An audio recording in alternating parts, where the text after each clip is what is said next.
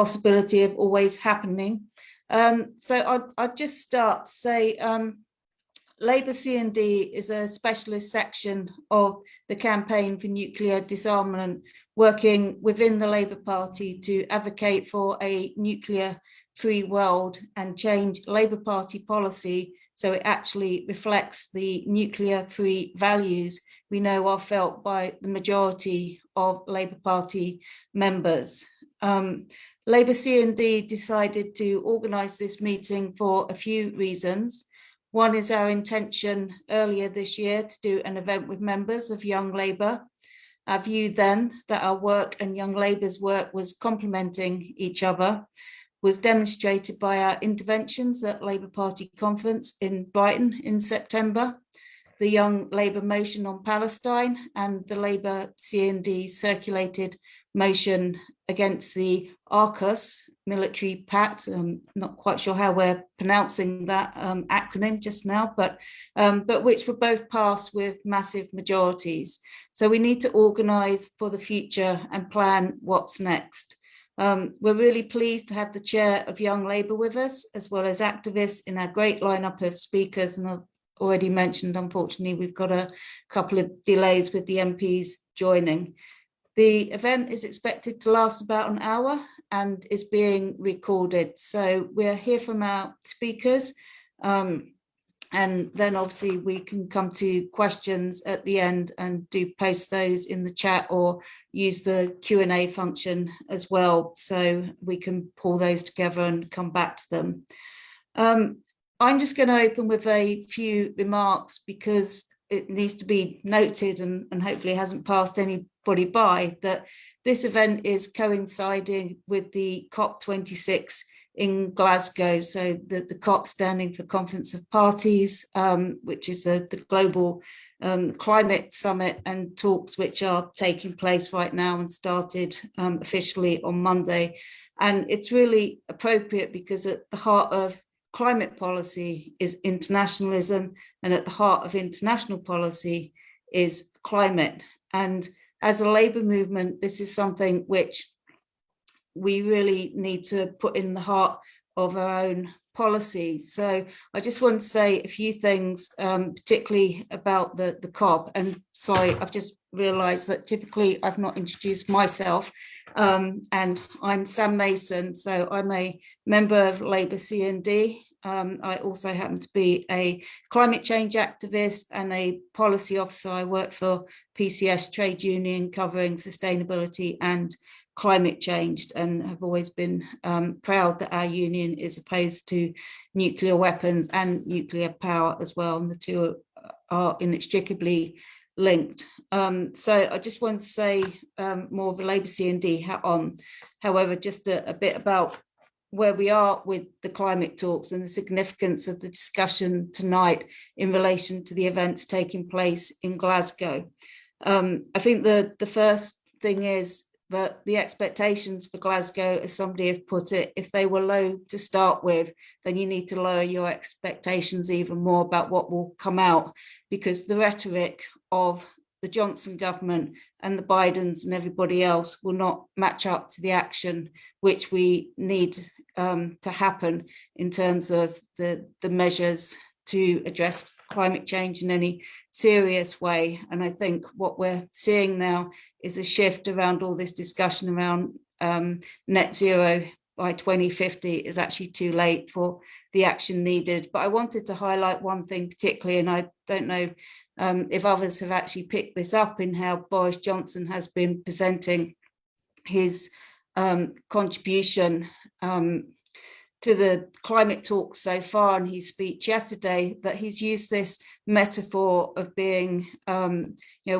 minute before midnight. And I think it's quite ironic that he's chosen that as a metaphor on climate change, because this is obviously relates to the doomsday clock, and the doomsday clock obviously looks at global risks, and one of the other global risks around that is, of course, the threat of nuclear weapons, and what's happening geopolitically around that, which other speakers will come to in their contributions, I'm sure.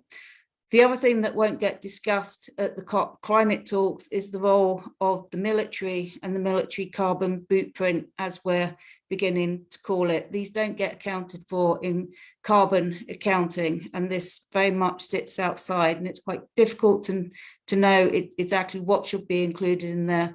But of course, the whole idea of nuclear weapons is very central to a lot of this discussion for a number of reasons. One, because obviously just producing and operating nuclear weapons and everything around that has a whole carbon and climate impact.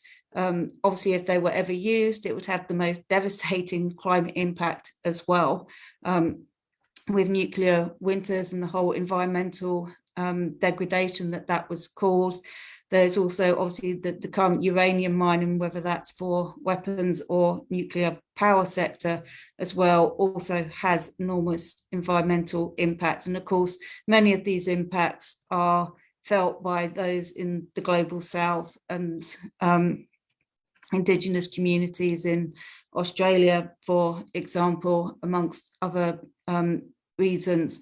So there's lots of reasons why we need to consider this within the framing of climate change, but also the vast sums of money that are being spent on, for example, the UK nuclear deterrent is money that could actually be invested into the kind of actions that we need, public interventions to tackle the climate crisis.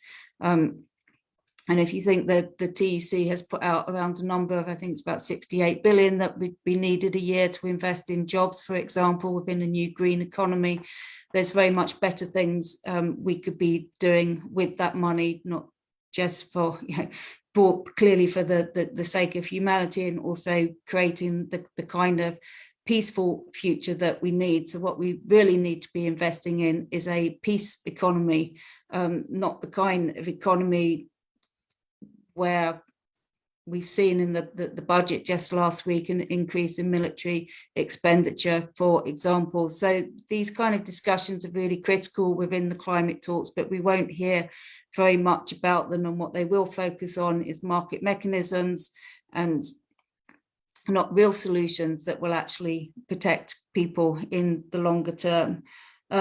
So I won't go on more about that, but I think it was just to give a flavour about when we listen to these discussions in the next couple of weeks, is really to try and get a sense of where this fits within the whole sort of paradigm of those discussions and the geopolitical situation as well, and what we really need to be investing in globally, and this whole agenda for peace if we really want a deal on climate for everybody.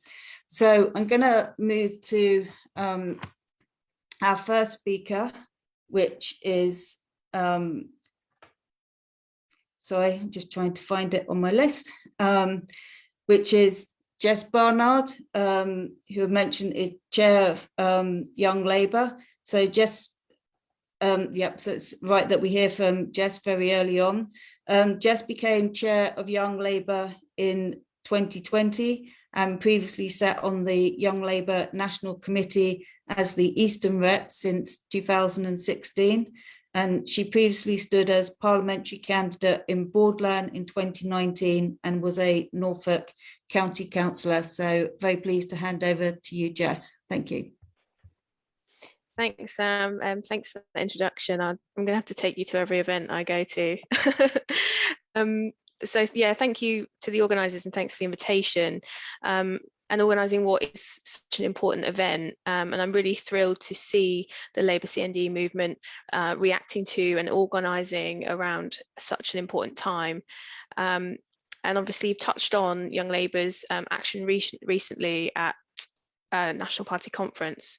So to set the scene, I guess unless you've been living under a rock, you probably be aware that this year, particularly in response to the actions this year, brutal colonial oppression of the Palestinian people by Israel, young people here in the UK in their hundreds of thousands took to the streets to demand freedom for the Palestinian people. And that was an incredible movement, an act of solidarity and international solidarity, which is in the face of and despite the best efforts of the Conservatives, have suffocated young people with years of an ideology that says we should base everything on individualism, that we should kind of be divided and we should pull up the ladder behind us.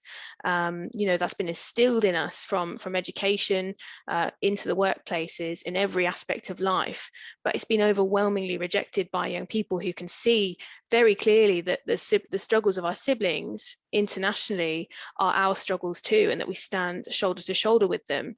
We can't turn the other cheek to human rights abuses, and our solidarity does extend across the world. And so to those who say we should look at you know, domestic issues first, I think it's really important we take lead from young people who see the importance of international solidarity.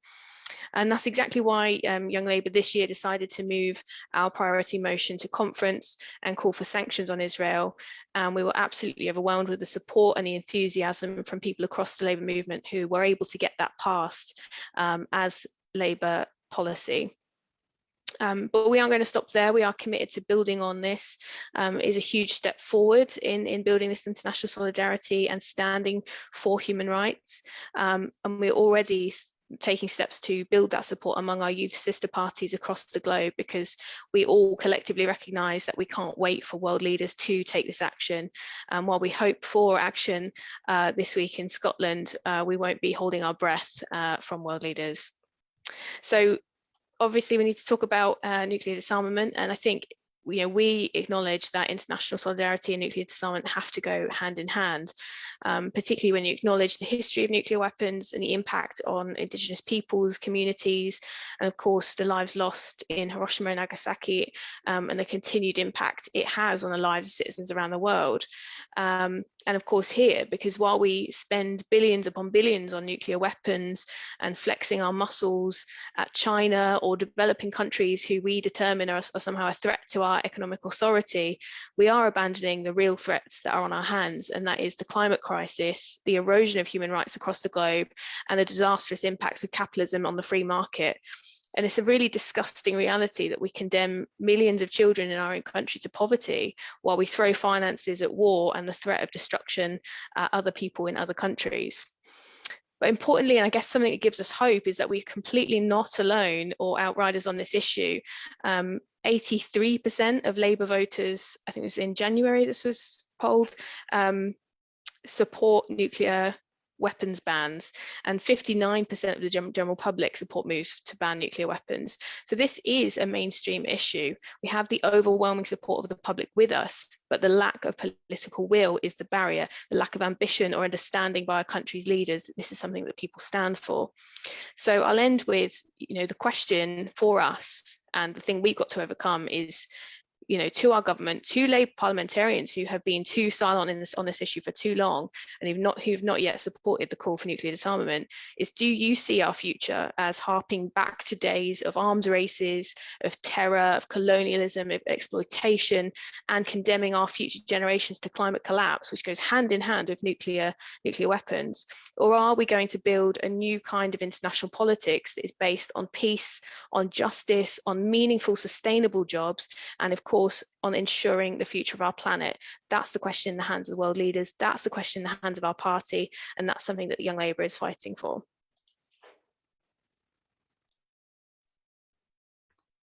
That's fantastic. Thanks very much, Jess. And I think that's a really important question to put out there, and to really get responses to that in a genuine way and to start a genuine discussion.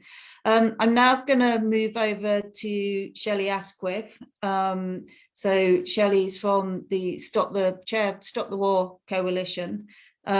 Labour has always worked with organisations working for peace and against war. And since 2001, CND has had a pivotal working relationship with Stop the War Coalition.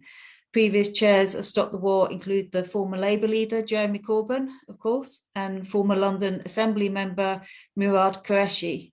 The current chair is a well-known activist in the Labour Party. And Shelley, we're delighted to have you join us this evening. So over to you. Thanks a lot, Sam. It's really brilliant to join this meeting tonight, and particularly to hear from Jess just then, who I think is an inspiring chair of Young Labour. And I'm especially so encouraged by how much of an internationalist position her and comrades in Young Labour have taken in support of Palestine and the boycott, divestment and sanctions movement at a time when, and in an environment where it's not always easy to do so, but it has always been and will remain absolutely right. And it's fantastic as well that Young Labour is part of this fight for a nuclear-free future. And thanks to you, Sam, as well, for giving that excellent introduction, contextualising how, as world leaders come together for COP in Glasgow, all eyes are on the climate emergency. And I wanted to focus my contribution tonight on that very topic as well and build on your remarks. For our generation, as young or youngish, in my case, Labour members, we recognise impending climate catastrophe as the biggest threat to human life. For our parents' generation, it was the threat of nuclear warfare. And as Sam said, nowhere on the agenda at COP is how these two dangers are linked, war and climate change. Because globally, one of the biggest causes of climate chaos is war. Both world wars and the atomic bomb caused environmental damage like never seen before. And yet since then, we've only seen militarism grow.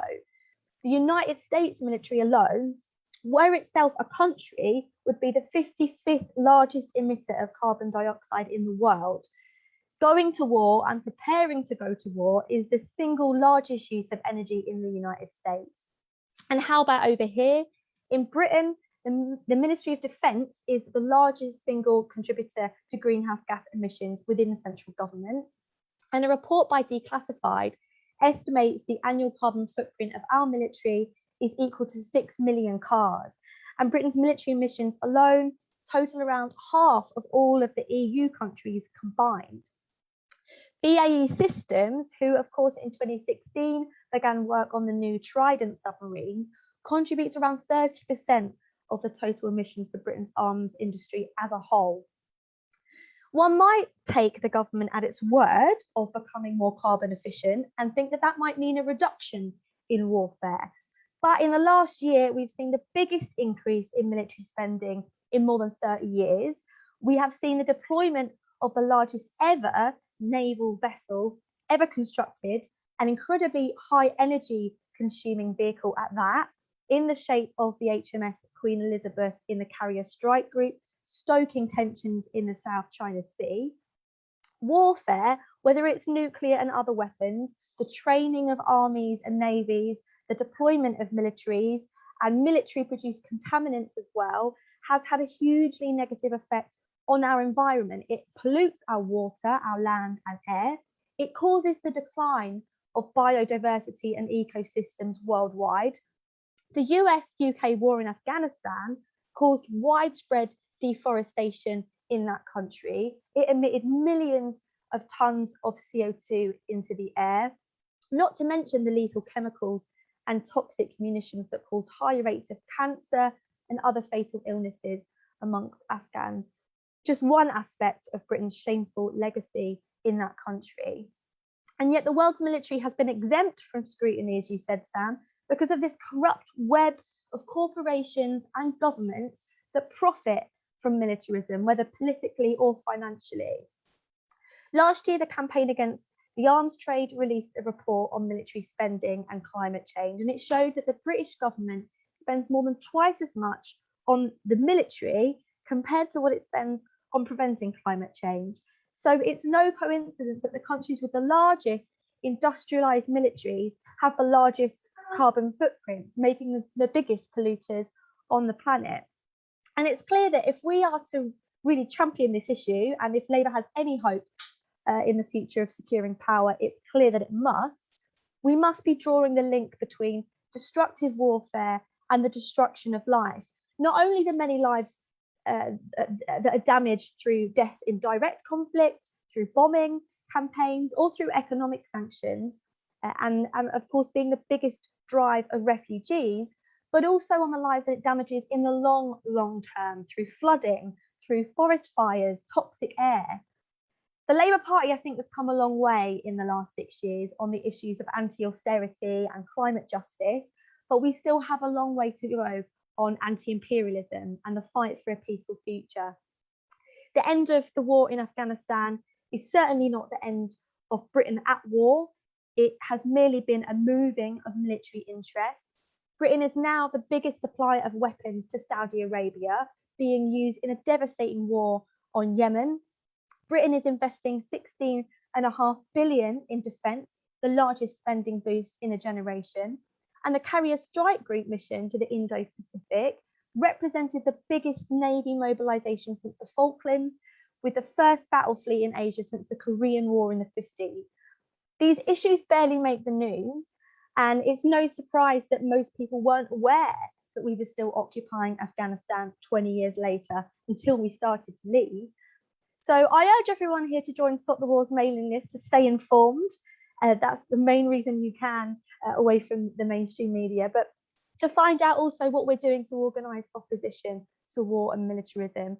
And if you'd like to be more involved, of course, become a member of Stop the War as well. We can't rely on the world leaders at COP. It's up to us to organise, mobilise and fight for our future. And it's young Labour members, it's CND members, Stop the War members who make up the front line of that fight. And it's our task to continue raising these arguments and winning people to our cause. So comrades, thank you for having me here tonight. I look forward to standing with you in the future. Thank you. Thank you, Shelley. That's fantastic, and very much remember being part of those early demonstrations with Stop the War when we had millions on the streets, and we need millions on the streets again for the fight against climate change. And just to flag as well that, of course, we've got the Global Day of Action coming up on Saturday, this Saturday, 6th of November.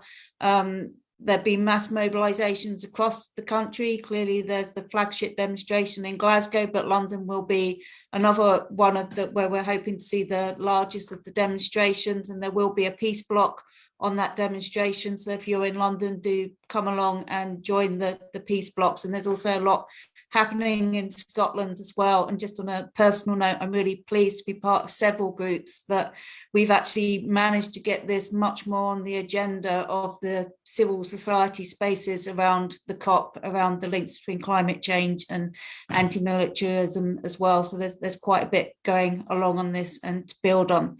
So I'm next going to come to our next speaker, which is Ronan Burtonshaw, who became the editor of Tribune in 2018 and has grown it into one of the most successful journals on the Labour left with 20,000 subscribers. So over to you, Ronan. Thank you very much, Sam, and thanks to Labour CND for inviting me along to speak at this meeting tonight. It's fantastic as an editor of Tribune to be able to work with CND in all of its various forms, of course.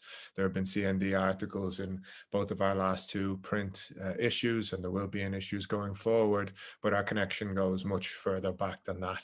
In particular, I want to pay some tribute to the role that Michael Foot played in the establishment as one of the founders of CND, and also one of the key figures in developing Tribune over so many decades. He was involved in that first meeting that founded CND back in February 1958, and also as Labour leader took the bold decision to include in the 1983 manifesto the unilateral nuclear disarmament in Britain, something which is an aspiration that all of us on the left in this country must have today, many, many years after that. And I think it is something that bears tribute at a meeting like this. So, I mean, one of the things that strikes me as interesting always when I think of what our role in left media is in relation to these questions, it can often seem like a pretty Sisyphean task, to be honest, doing left media, because you are trying to build something which competes with these enormous millionaire and billionaire owned empires and the extraordinary power they have to project the interests of the powerful across society. But nothing ever convinced me more of the need to have some kind of alternative in the media than the spectacle that we were subjected to both in the 2019 general election and then the Labour leadership campaign itself, of a media determined to make the question of whether you were prepared to press the nuclear button a contingency, a factor, in fact more than a factor, a key of legitimacy for anyone to become a political leader of substance in this country. What they were saying, in other words, is if you were not prepared as a political leader to decide in an instant to incinerate millions of people, then you couldn't be taken seriously, you couldn't be trusted with the hands of power, and that people shouldn't vote for you. And it is no surprise, to be honest, that we have the kind of government that we do, which shows such lack of care for its own people, or that we live in a world which is so characterized, so blighted by war, when the media system that we have considers that to be a key issue of legitimacy for whether or not people should be political leaders. That, to me, is the greatest argument you can have for trying to do something different in the media, and it is related very directly to the question of nuclear weapons. They will, of course, tell us when they ask questions like that this is about necessity.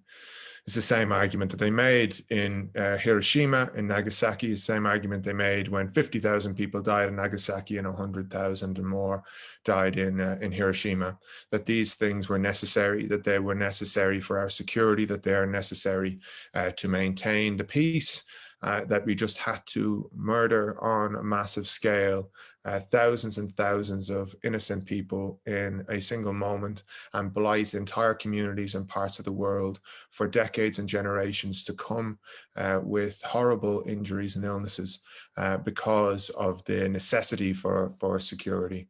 That argument that was built on a lie in the Second World War, built around the lie that we needed to drop nuclear weapons rather than our leaders, political leaders, and the political leaders in the United States particularly wanted to drop those weapons to prove the newfound power that they had to the rest of the world.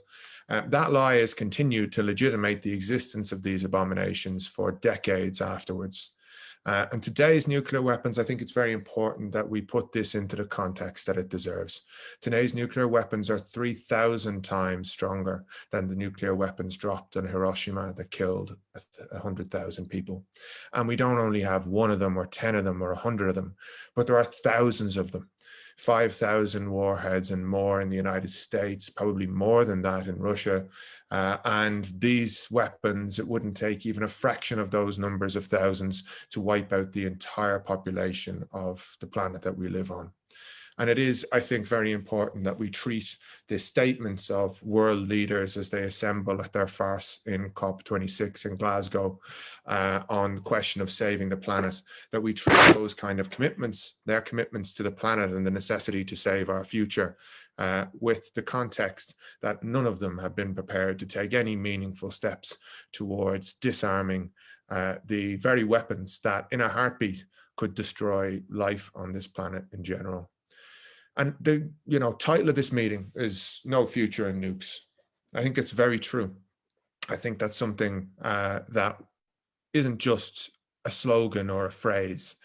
The nuclear arms race literally robbed the people of this planet of their future. We fought for centuries to break the absolute power of kings, only for the Second World War to hand the power of a god to political leaders in the most powerful countries in the world. These political leaders, as we said, are up and making their sermons at COP26. But as long as those political leaders hold in their hands at any given moment the ability to obliterate human life on this planet, we will never truly have something that looks like freedom. Those decisions will never be can never be subject to democratic oversight or democratic power. And as long as they exist, everything that we build can be wiped out by the decisions made by a handful of political elites miles away from where we live and from any chance of our impact on the decision making. They will say, that this is a question of security. As Comrade Christy Moore once wrote, it isn't. It's a question of suicide. It's a question of the ability of the people of this planet to assert their right to continue our existence against a political elite that is determined over and over again in total defiance of the popular opinion that is expressed in polls in country after country across the planet, the popular opinion that's expressed in the United Nations through the endorsement of treaties which say that nuclear weapons should be illegal. They insist on their right to maintain these abominations and their right, therefore, to kill every one of us in a war should it come about. I don't accept that is our only path forward. I don't accept that the only way to do diplomacy is through gunboats at the point of a nuclear weapon. I don't believe that the only means of human interaction is mutually assured destruction. I think we can build another kind of mutuality on this planet, one based on cooperation and the common interest. I think if you agree with those principles, you should get involved with Labour CND and CND more generally and fight this fight, because it is the fundamental fight when it comes to our ability to live on this planet as free individuals, as communities that are empowered and in any kind of democratic sense. So thanks to Labour CND for the invite tonight, and to the other speakers. Thanks to Sam for hosting, and yeah, get involved where you can.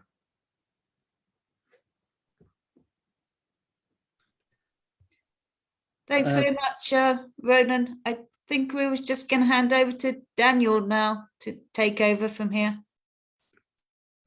Hi, everyone. Yeah, I'm Daniel. I'm also on the executive of Labour CND, and I'm just going to come in at this point with an important mention that this meeting was organised with funding from a donation in memory of Walter Wolfgang.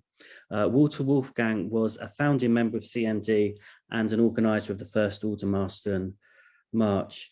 Since the formation of Labour CND as a specialist section in CND, he was central to its activity for decades, and in 2006 was elected to Labour's National Executive Committee. He died in 2019, still a member of the Labour CND executive in his 90s. He was always enthusiastic about younger members, and therefore it is very fitting that the event has been supported by funding in his memory. I'm going to jump in now and introduce our next speaker, who is Gemma Bolton. Gemma has been on Labour's National Executive for a year. Prior to that, she was a parliamentary candidate in the 2019 general election. She's a co-chair of the Campaign for Labour Party Democracy, and it's a key aspect of the work in this area, understanding the structures of the party in relation to policy making. Of course, as an NEC member, Gemma, like all members of the NEC, is automatically a member of Labour's National Policy Forum too, and was also a great speaker at our Labour CND's conference earlier in the year. So we're delighted that she's back. So Gemma, over to you. Thanks, Daniel. What a lovely tribute to an incredible man, Wolfgang. And as Daniel said a little while ago, when the Labour City conference happened, I was really kindly invited to speak at one of the events. And what I realised as quite a young woman, despite always being opposed to nuclear weapons in the abstract, I hadn't actually spent much time thinking about what a terrifying prospect they represent to the planet. And I sat down beforehand, I'm going to read more articles, I'm going to think about what I say and what I do before I go to this event. And I found a report by the International Committee of the Red Cross that was released in January 2020.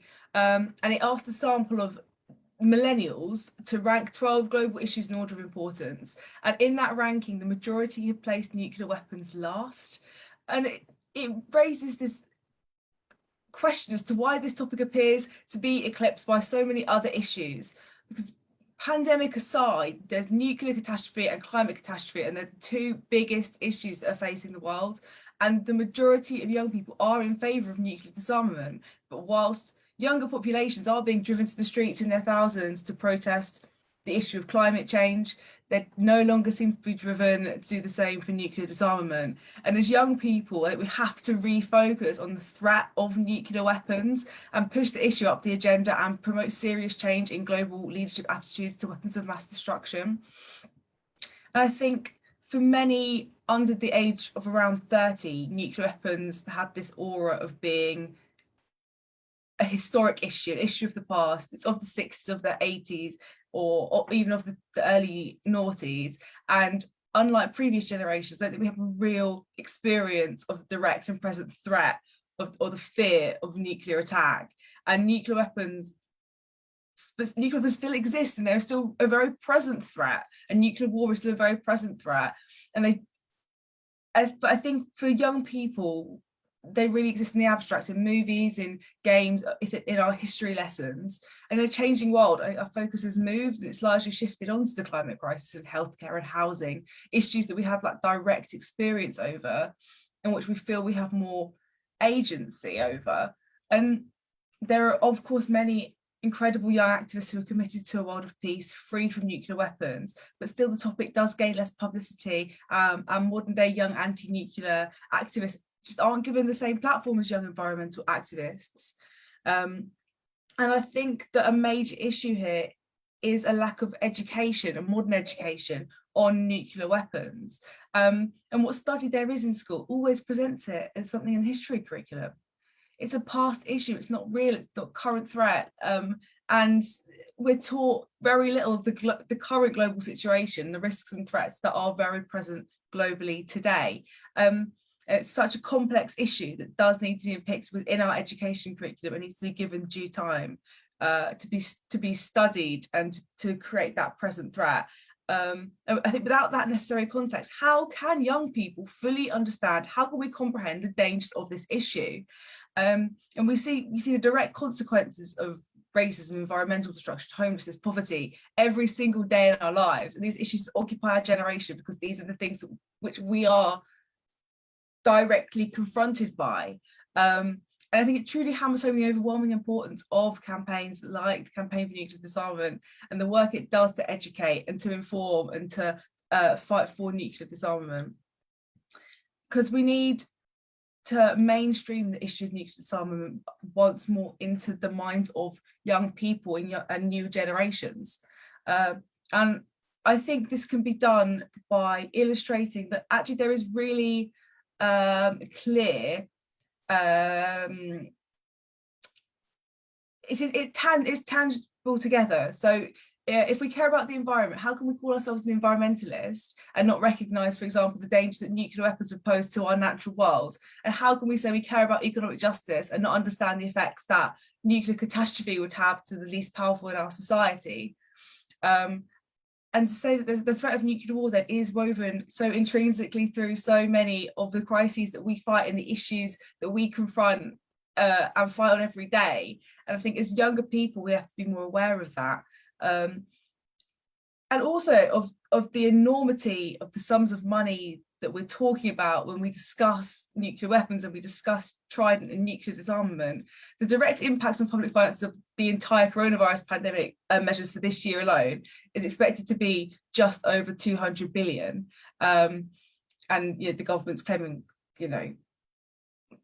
more austerity to cover it. And yet the cost of renewing Trident is over 200 billion. 205 billion, and no one really mentions this or compares them side by side as what a ridiculous amount of money that actually is, and how many social issues we could resolve overnight with that amount of with that sort of money, if it was redirected into our healthcare, if it was redirected into the environment, to public services, into our housing that's crumbling apart at the moment. And then to move on to the Labour Party, we have this huge block of young people, almost 100,000 young members in the Labour Party, and they don't need much convincing in this regard. They don't need to be really told to oppose nuclear weapons, because in the majority, overwhelming majority, they do.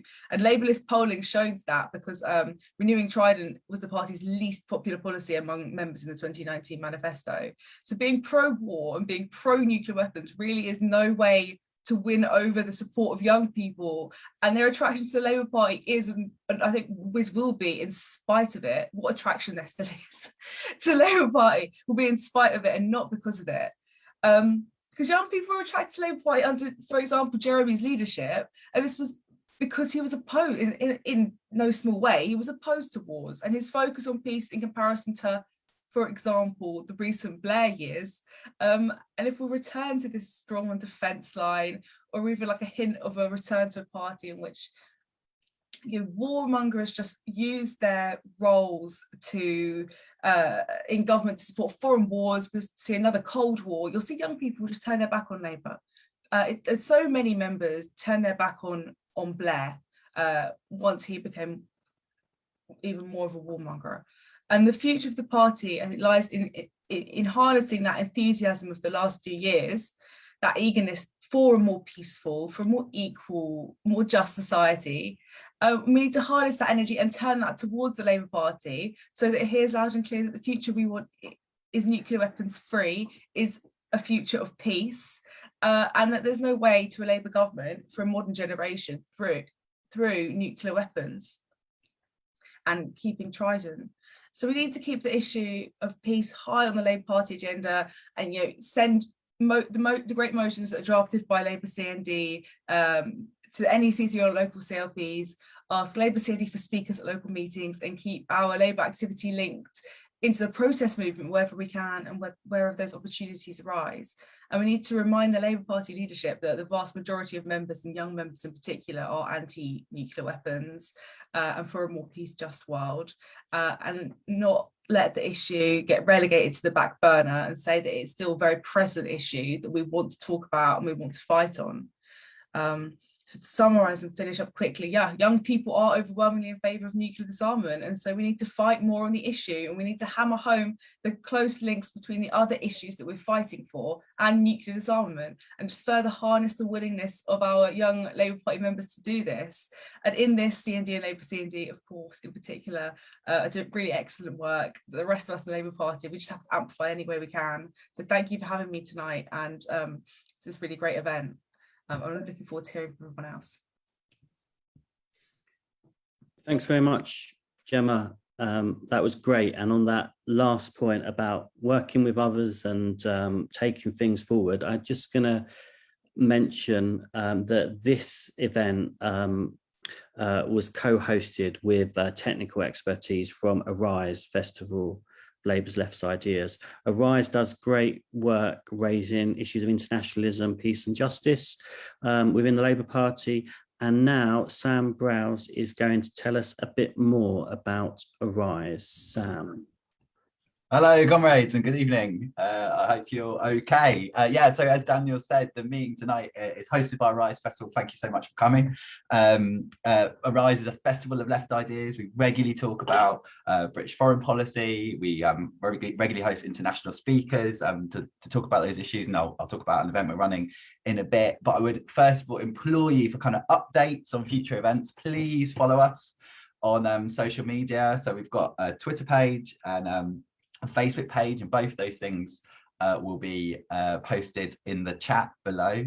So yeah, please follow us on social media. The other thing I'd say too is just a quick plug for our own media partner, which is Labour Outlook. Labour Outlook is a news and views site of the Labour left. It's got lots of analysis on there, lots of reports from campaigns and trade union activism and everything. So it's a real source of information, source of analysis. And again, we regularly feature kind of comment for international writers, as well as MPs and trade union leaders as well. So do check out Labour Outlook.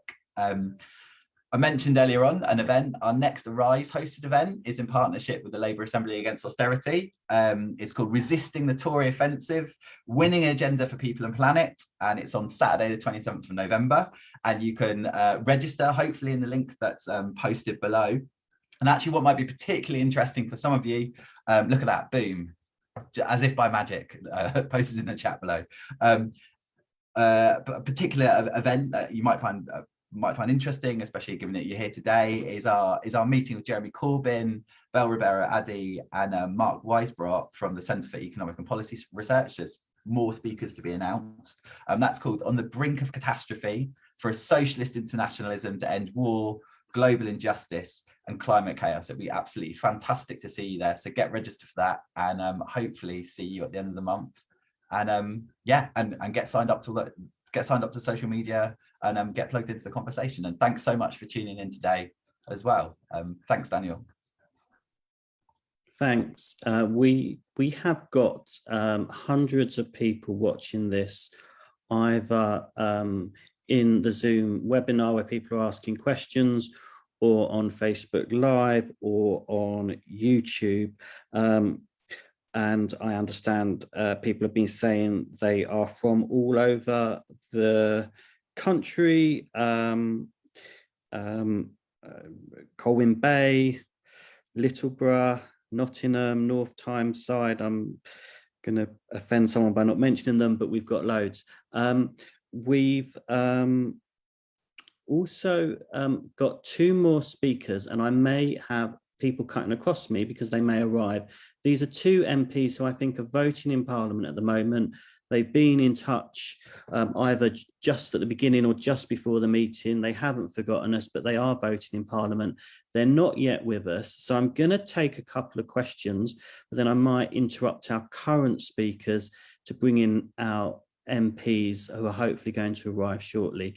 We are aiming to finish at 7:30, so they won't have long to address you, but they haven't told us they're not coming. The last thing they said, they are just dealing with votes in Parliament.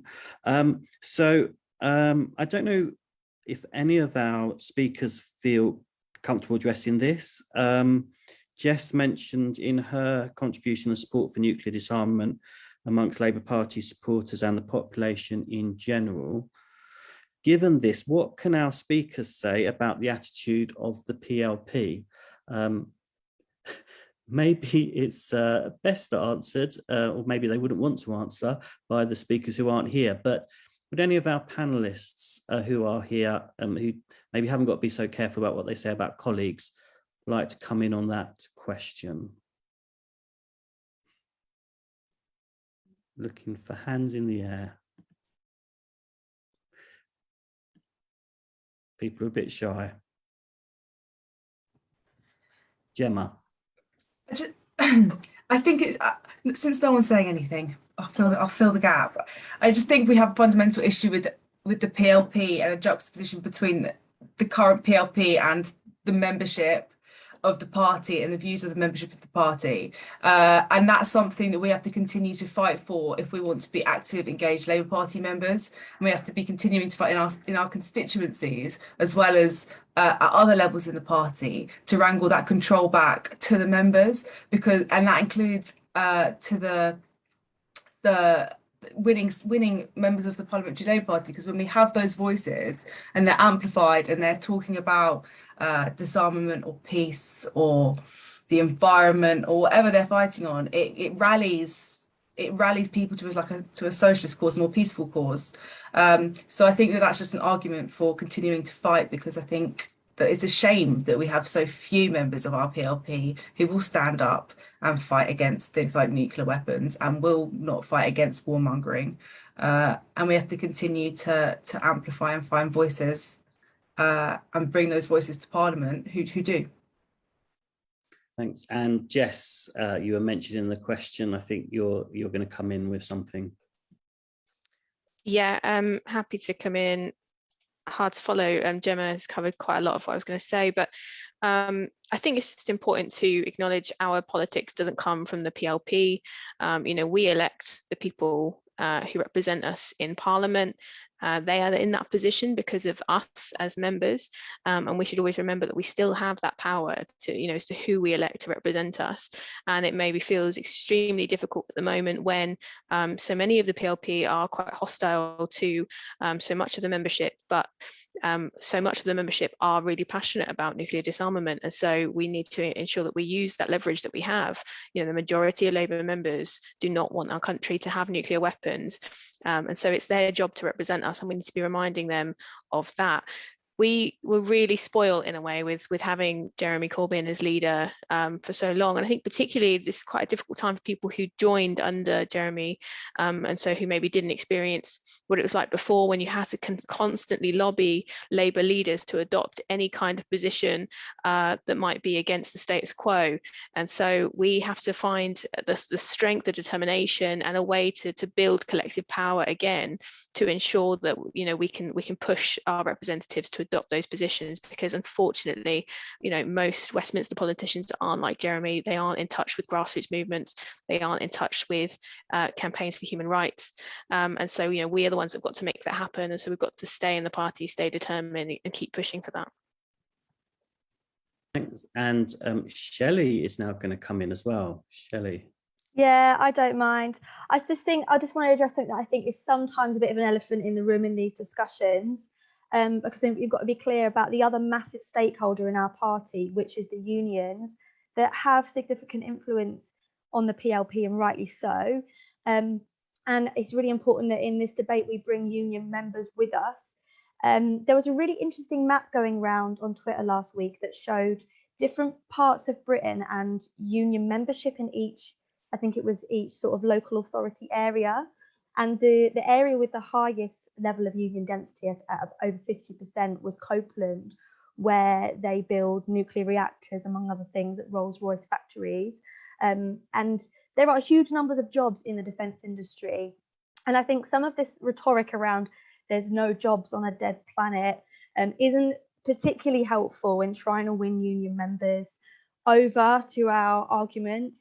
I think if you want to bring people with you, if you want to bring working class people with you who aren't necessarily part of the movement, you've got to talk about sustainable alternatives, about investing in good green jobs in the communities that need them, in education and training, rather than kind of demonising and playing into this idea that you've got working class people on one hand and the sort of middle class hippies that talk about peace on the other. Actually, our interests are so aligned. And I think if we're talking about a future PLP that is with us and that is pro-peace, then the unions are kind of a significant factor in that.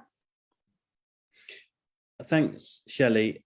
Really great comments. And of course, we can note that at Labour Party conference, where we didn't have a vote on Trident this year, or the year before, or the year before that, but that's another story.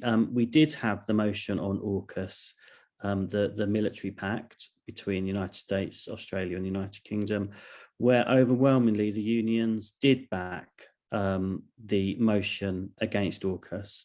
And I should say, I was going to say this introducing Richard, who hasn't arrived, if you can take one action away in terms of pressurising MPs, that would be to ask your MP, whatever party they are, to sign early day motion 493 on AUKUS. It's a really easy way to do that, which is to go to the CND website and use the lobbying tool on the CND website, because the unions did do what we needed them to do on AUKUS at Labour Party conference. So please do encourage that. Just being told there's been another division bell in the House of Commons, which is probably why we don't have our parliamentarians. So I've done that announcement. I had another question, which was on the role of unions with regard to Labour Party policy, sometimes being resistant to an anti-Trident position because of the jobs argument, which Shelley has mentioned. And there are a number of reports available that have been prepared, particularly by the Nuclear Education Trust, but other organisations as well, about defence diversification. And I think the climate transition issue is actually an important way for us to think about the transition from one type of industrial strength to another. And a lot of the arguments do cross over. I do see a new speaker arriving, and I'm just going to try and get the heads up as to who that is. Brilliant. We do have Apsana Begum, who I'm going to introduce if she's ready. Sorry to bring her in so quickly. Apsana Begum is a Member of Parliament for Poplar and Limehouse since 2019. Before that, she was on the Regional Executive Committee of the London Labour Party and is a former CLP secretary. So she really understands the Labour Party very well. And she's also one of the signatories to the early day motion that I mentioned earlier on AUKUS. But Apsana, thank you so much for joining us. I know you've had a busy time, but in the last few minutes, we're delighted you're here. Please do come in and say a few words. Thank you so much, Daniel, and it's a pleasure to join you all this evening. I'm going to try and keep my contributions short because I know you've had some contributions already. But I wanted to start by sort of saying and addressing the fact that when I think about these issues, I think about the growing up in a community that opposed the war and facing the daily sort of racist and Islamophobic backlash. And also the fact that I'm of a Bangladeshi background, a country, the country Bangladesh that continues to suffer the consequences of imperialism. along with being extremely vulnerable to climate change. And it's been long clear to me that we must oppose war and destruction. And there's no doubt about it. I think I just want to sort of make that clear. There's no doubt about it that nuclear weapons cause catastrophic harm. They wreak devastation, they destroy, they kill, and harm, and have a long-term, radiation effects on our environment and the future of our planet. The use of nuclear bombs could disrupt the global climate, causing widespread famine and other disasters. And so I guess in a lot of ways, the question should always be sort of how can the deliberate and indiscriminate targeting of civilian populations be justified under any circumstance? We know a single nuclear bomb, detonated over a large city could kill on a frightening scale. And we know this because, when they were used twice in 1945 on the Japanese cities of Hiroshima and Nagasaki, civilians were incinerated in an instant, or were subjected to horrendous deaths in the weeks and months following those attacks. So I can't, honestly think, in what circumstance that I would want to destroy a whole town or country or continent with just a push of a button. Why on earth, would anyone want this? And then what would happen if the world's countries armed with nuclear weapons engaged in direct, all-out confrontation? So this is why, this is also why nuclear weapons are also totally obsolete, as surely they can never be used. And rather than maintaining peace, as is often argued, they fuel fear and distrust. And when we talk about diplomacy, I mean, their diplomatic use is completely, tied up with imperialism. So what we do know is that wars and conflicts between states fueled by imperialism and competing foreign policy and or sort of economic interests are not embarked on for our safety. And the past decades have highlighted the connections between a country's foreign policy and people's safety at home. And I know that others will have covered this. The pact, the Australia, UK, US pact now represents a breach of the Nuclear Non-Proliferation Treaty.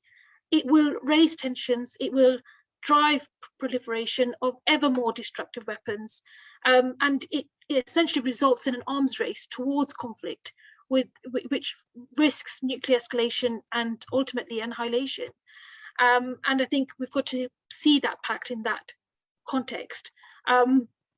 The pact is, I think it's most fundamental to understand that the pact is signed when there is a pact like this is signed when there is an urgent multilateral global cooperation around, the threats that exist.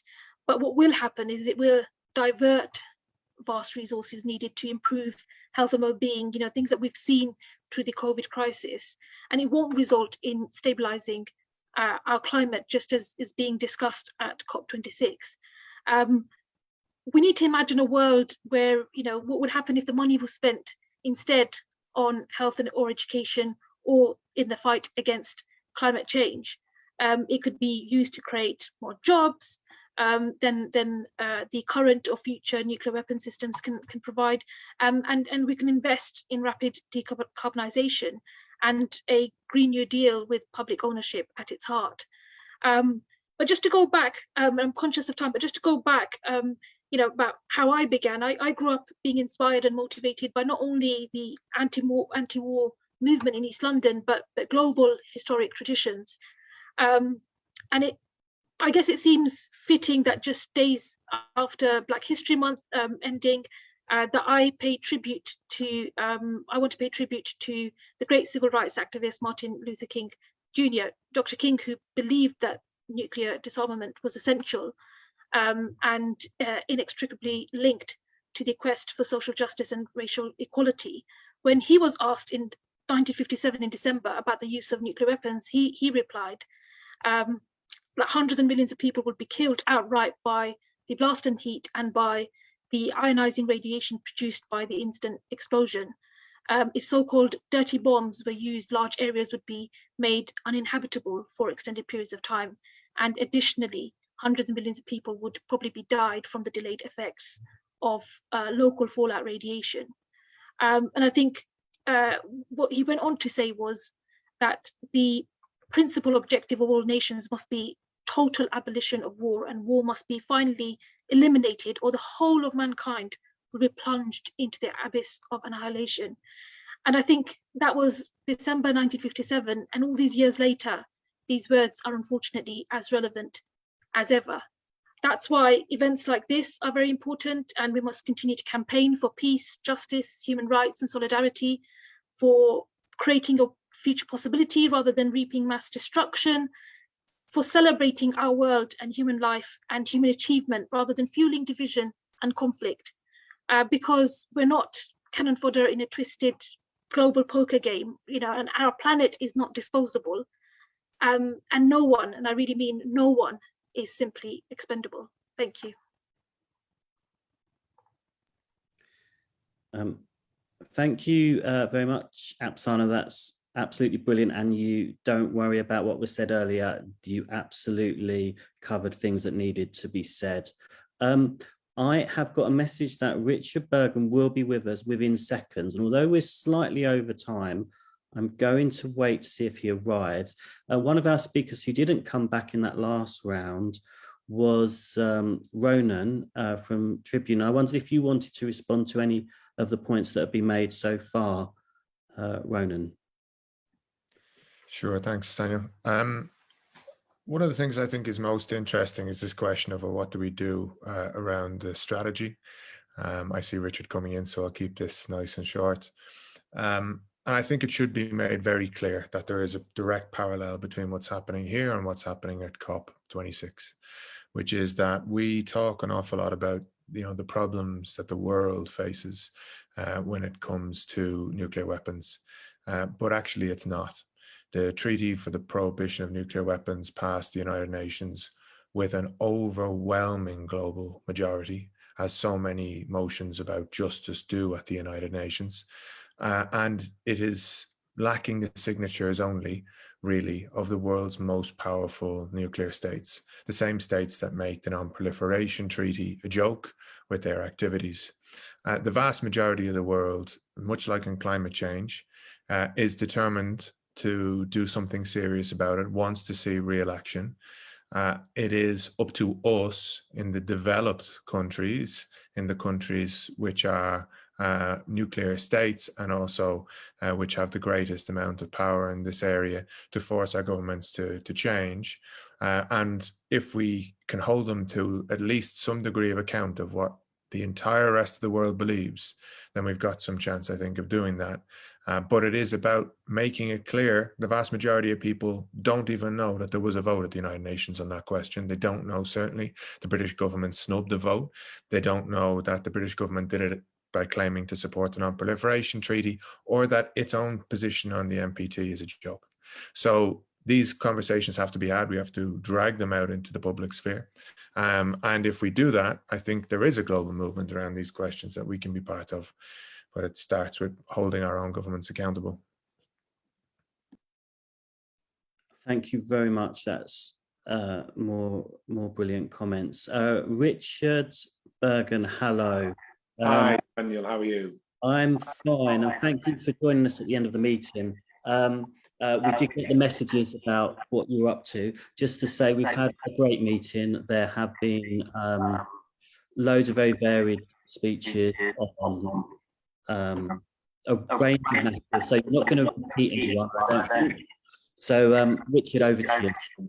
Well, congratulations to Labour CNE and to Young Labour for putting on this crucially important event.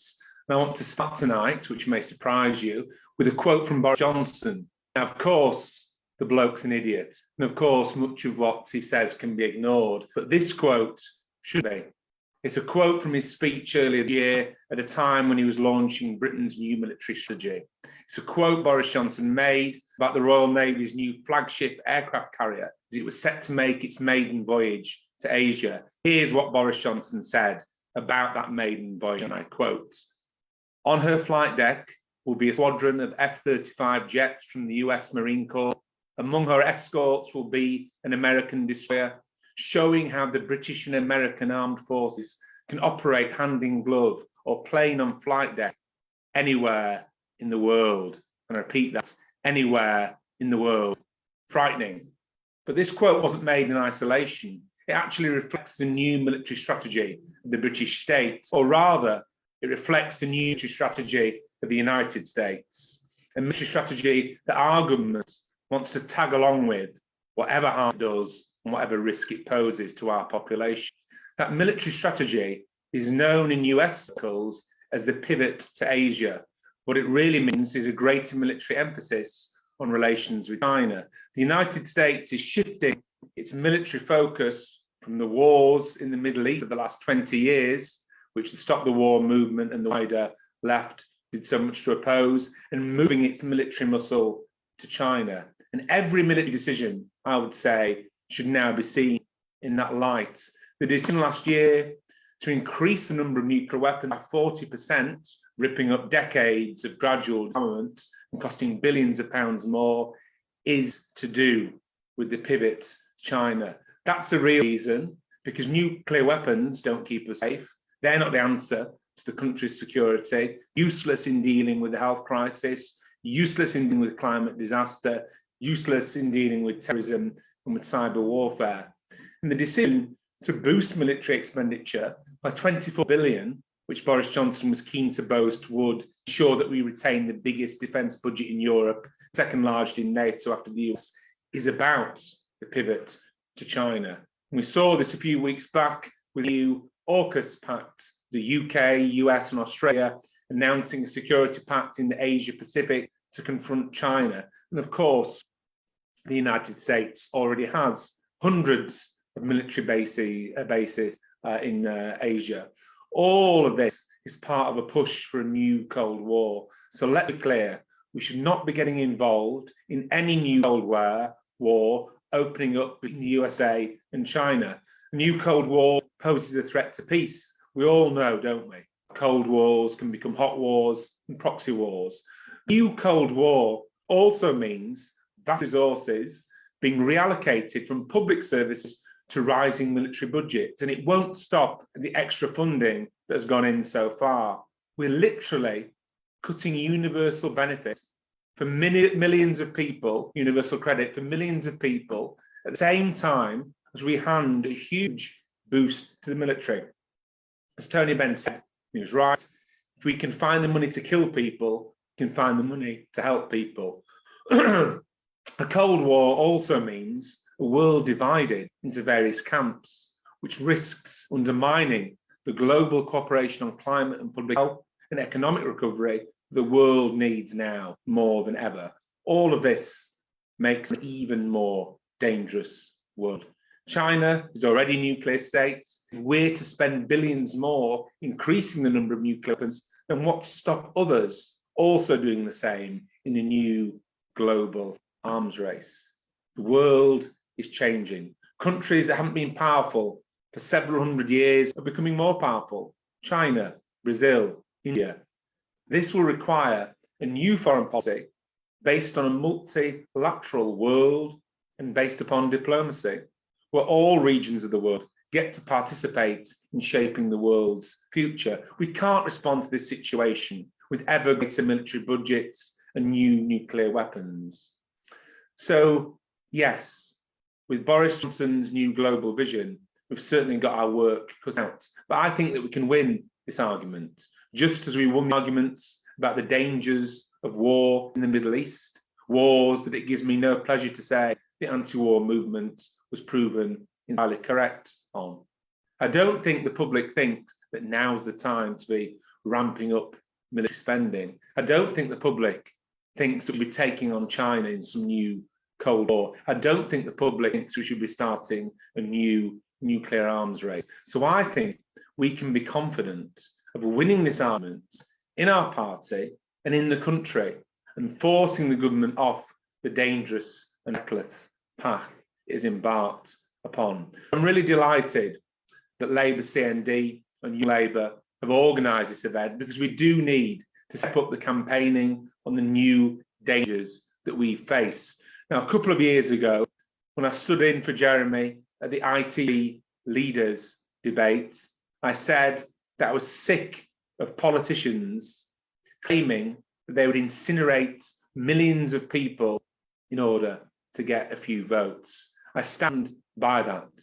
And I'll continue to support the cause of CND, the cause for the abolition of nuclear weapons, but also the cause against the laws that increase the risks of those weapons being used.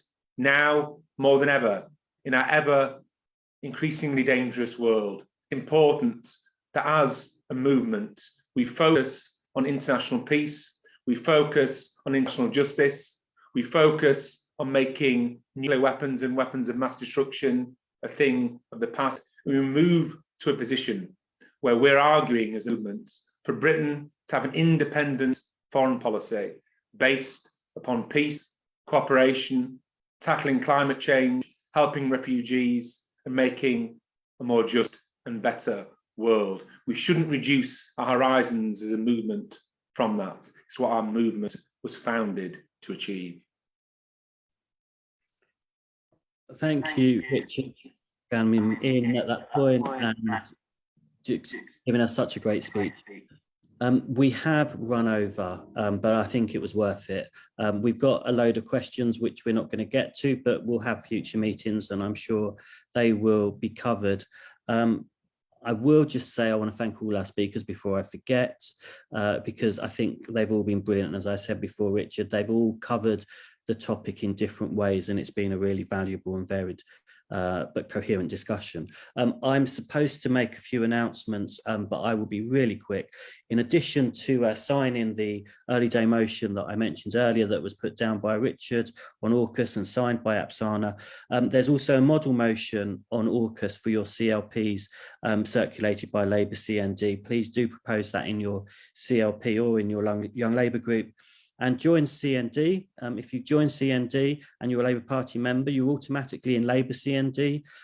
Do look out for our AGM next year. Do come to our future meetings. Do contact us if you want a speaker. And we hope the discussion continues from tonight. But I will end there so we don't go more than 15 minutes over. Thank you very much for attending and enjoy the rest of your evening.